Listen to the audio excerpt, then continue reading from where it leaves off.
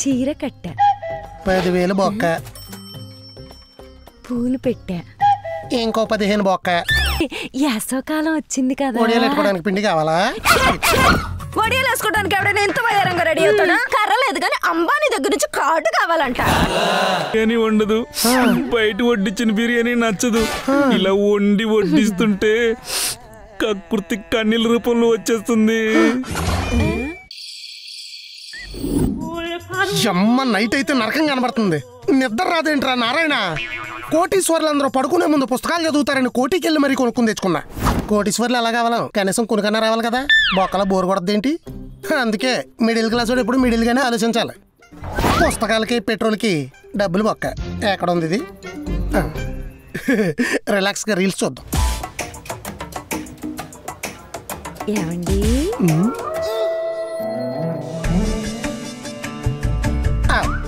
Reels లోని దెయ్యాలి, real గానే దెయ్యాలి. ఇది కూడా వేస్ట్.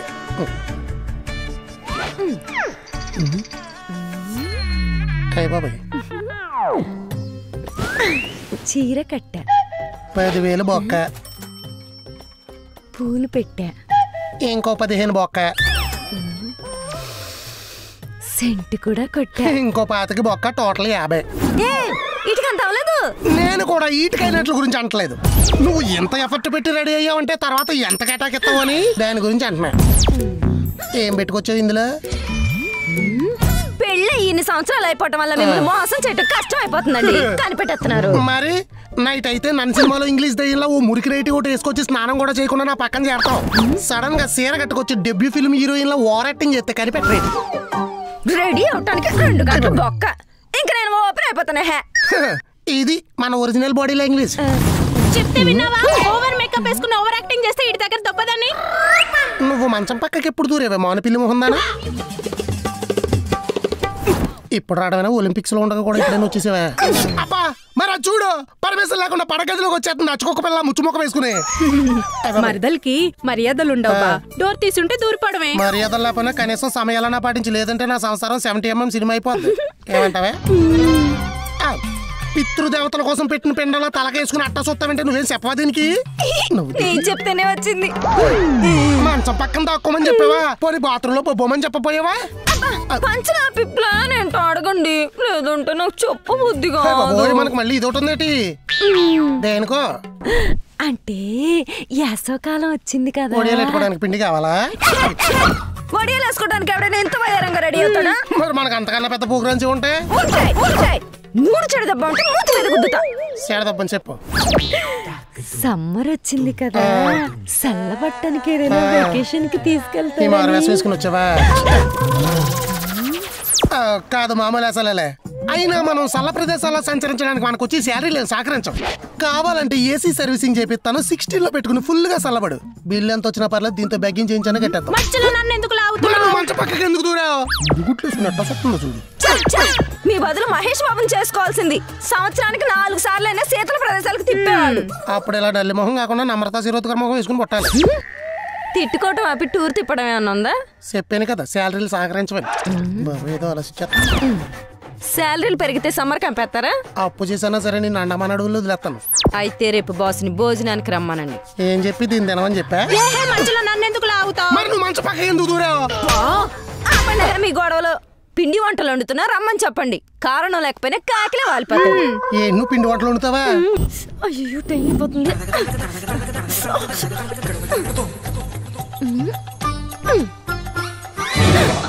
ఊసే వంటగదిలో ఒంటరిగా పోరాడుతున్నాను. ఈ ఒక్కరోజన్నా సాయం చేయవే, సచ్చిన కడుపును పడతాను. కూరగాయలు తరుగు. ఉండక్క, అసలు అంబానీ వేసిన దెబ్బకి గుండె తరుక్కుపోతుంటే నువ్వు కూరగాయలు తరుగంటావు. అంబానీయా? మందంతా జియో ఫ్యామిలీ అంటాడు, కనీసం కొడుకు పెళ్ళికి కార్డు కూడా పంపలేదు. అయ్యా కార్డేంటి, కానుకలతో పెద్ద పెట్టే పంపిస్తాను, నువ్వు చూడలేదా? అవునా, ఎక్కడా? అదిగో అక్కడ. అప్పడాలు ఎత్తుకోవడానికి కొంపలో సరైన కర్ర లేదు కానీ అంబానీ దగ్గర నుంచి కార్డు కావాలంట. ఆస్తిలో వాటా ఏమొద్దు, అన్ని మూసుకొని ఆలుగడ్డ తోల్తి, లేదంటే తెలుసు నువ్వు నా తోలు తీస్తావు. కాదు, ప్రాణాలు తీస్తా. అంతే, ఏదో ఒకటి ఉంటుంది. డైలీ మీల్స్ ఎట్టి ఓడి కోసం మిక్సీ కూడా ఆన్ చేయనమ్మా. రూపాయలు వస్తున్నాయని సరికి రుబ్బురోలో పిండి రుబ్బిందా. ఆహా, ఈ మధ్యన సామెతలు కూడా రాసేస్తున్నారు ఏంటండి? బలక బలపం పట్టుకోనోడు కూడా కట్టుకున్న దాని మీద కౌంటర్లు వేయాలంటే సామెతలేటి సుమతి శతకాలు వేమన పద్యాలు కూడా రాసేస్తారు. ఏమంటావు? వంటకి వంట మాడొద్దంటున్నా. చెత్తడని బెంగాల్ ఎక్కడ బొంగుల సామెతలు చెప్పావంటే నైఫ్ ని నైస్ గా దింపేస్తా.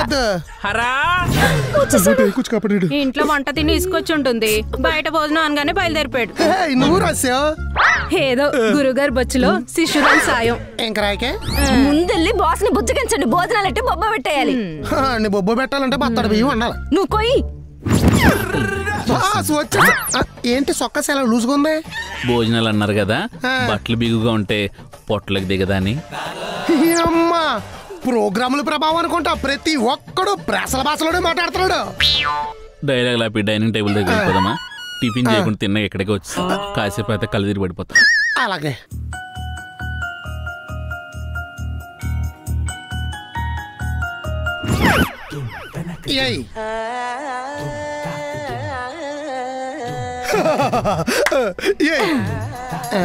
బిర్యానీ. హర్యానా రైల్వే స్టేషన్ లో అడుక్కు తినే వాళ్ళకి అంత ఆత్రంగా ఏంటి బాస్ ఫేసు? ఇంట్లో బిర్యానీ వండదు, బయట వడ్డించిన బిర్యానీ నచ్చదు. ఇలా వండి వడ్డిస్తుంటే కక్కుర్తి కన్నీళ్ళ రూపంలో వచ్చేస్తుంది. బిర్యానీకే ఇంత బరువైన డైలాగ్ కొట్టారంటే కూరకు బోరుమంటారేమో. కుమారి కర్రీ వేయ్. కర్రీయా? వేయ్, బాగా వేయ్. బిర్యానీలోకి బంగాళదుంప చికెన్ చేయలేదా? మీరు ఆకలి మీద ఆలోచించట్లేదు కానీ బిర్యానీలో బొక్కలు కూడా ఉండవు. తక్కండి ఏలు ఊడిపోద్ది. నిజమే లేవు. వై వారమా? కాదు గౌరవ్. మిడిల్ క్లాస్ బతుకుల్లో క్లాస్ ఉంటుంది కానీ బిర్యానీలో పీస్ ఉండదు బాస్. కొట్టింది డైలాగ్. మీకు శాలరీలు సరిపోవు కాబట్టి భోజనానికి పిలిచి బాధ పడతారేంటి? పులుసు పొయ్యి మీద పెట్టడం మర్చిపోయినట్టున్నారు. వెయిట్ చేస్తా, వండండి. వండలేక కాదు, ఓపిక లేక, మంట రాక. మిడిల్ క్లాస్ బతుకుల్లో క్లాస్ ఉంటది గానీ నెలంతా గ్యాస్ ఉండదు బాస్. ఎందుకు? బికాస్ సెపరేట్ సిలిండర్ కి శాలరీలు సరిపోవు కాబట్టి. పచ్చడుందా? అయ్యో దేవుడా! పచ్చడన్నా పరిగెడుతుందేంటి? పోని పెరుగు. అయ్యయ్యో దేవుడా! ఇదిగో అమ్మాయి, పెరుగన్న కూడా పరిగెడుతుందేంటి? అయ్యో పొద్దున మిగిలిపోయిన చద్దన్నంలో మజ్జిగ మిక్స్ చేసుకొని అడుక్కొచ్చి నాకే నంచుకొని తినేసామే. మిడిల్ క్లాస్ బతుకుల్లో క్లాస్ ఉంటది కానీ బ్రేక్ఫాస్ట్ లోకి దోశ ఉండదు బాస్. అయ్యో పొద్దున్నే చద్దనంతా మేనేజ్ చేస్తాం, ఎందుకంటే మాకు శాలరీ సరిపోవు కదా. ఏం పెర్ఫార్మెన్స్! 3 శాలరీలు వస్తున్నా ఇంత ముష్టి బతుకుతున్నారేంట్రా? మిడిల్ క్లాస్ బతుకులంటే ఇలాగే కదా బాస్ బతకాలి. ఇష్టం లేకపోయినా ఈఎంఐలు కట్టాలి, అవసరానికి మించి అప్పులు చేయాలి, ప్రెస్టీజ్ కోసం పట్టు చీరలు కొనాలి, నలుగురిలో నవ్వుల పాలు కాకుండా నగలు కొనుక్కోవాలి, ఇంకా నెలాఖరు వచ్చేసరికి ఒక్క రూపాయి మిగిల్చకుండా మొత్తం ఖర్చు పెట్టేయాలి.